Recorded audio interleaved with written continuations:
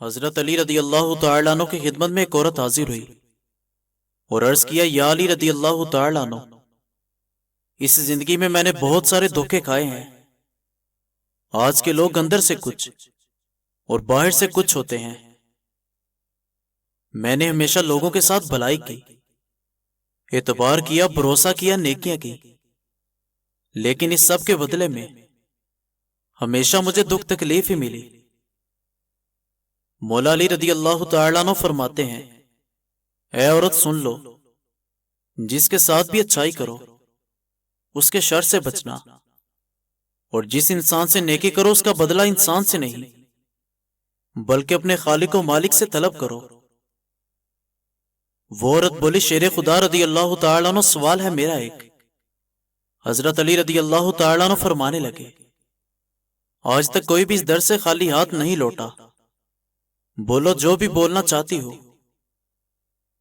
وہ عورت ہاتھ جوڑ کر عرض کرنے لگی، حضور کوئی ایسا عمل ہے جس سے ہمیں وقت سے پہلے معلوم ہو جائے کہ جو سامنے والا انسان ہے وہ سچی محبت کرتا ہے یا نہیں؟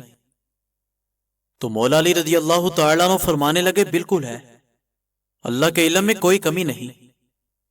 اگر آپ جاننا چاہتی ہو کہ سامنے والے کی محبت سچی ہے یا نہیں تو تم 3 دفعہ یا ودود یا حکیم یا کریم اور یا رحمان دل میں پڑھو، اور جس سے تم کو محبت ہے اس کے چہرے میں غور سے دیکھو۔ اگر اس کا چہرہ منحوس نظر آئے تو سمجھ جاؤ آنے والے وقت میں وہ تمہیں بہت دکھ تکلیف اور دھوکہ دے گا۔ لیکن اگر سامنے والے آدمی کا چہرہ مطمئن اور عام انسان جیسا رہے تو سمجھ جانا یہ انسان تم سے محبت تو نہیں کرتا، لیکن وہ تکلیف اور دھوکہ نہیں دے گا۔ ایک شخص سوال کرنے لگا، یا علی، ہمارے دل میں کسی کے لیے اتنی محبت کیوں پیدا ہوتی ہے؟ کوئی ایسا اجنبی شخص جسے ہم جانتے بھی نہ ہو، وہ اکثر ہمارے دل کو اچھا لگنے لگتا ہے۔ تو آپ رضی اللہ تعالیٰ عنہ فرمانے لگے، خدا تعالیٰ نے دنیا کی تخلیق کرنے سے پہلے تمام انسانوں کی روحیں پیدا کی اور تمام روحوں کو ایک جگہ جمع کیا۔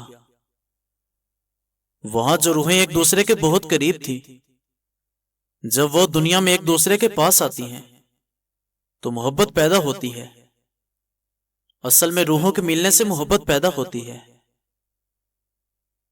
جب تمہیں کسی وجہ کے بغیر خوشی محسوس ہو تو یقین کر لو کہ کوئی نہ کوئی کسی جگہ پر تمہارے لیے دعا کر رہا ہے۔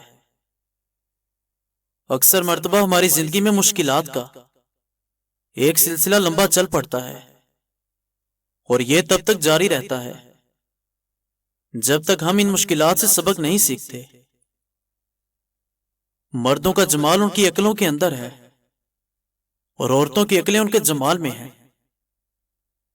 خوبیاں دیکھنا چاہتے ہو تو اپنے اندر دیکھو، اور خامیاں دیکھنی ہو تو خود کے اندر تلاش کرو۔ کسی کمزور کے خلاف کسی طاقتور کی مدد نہ کرو،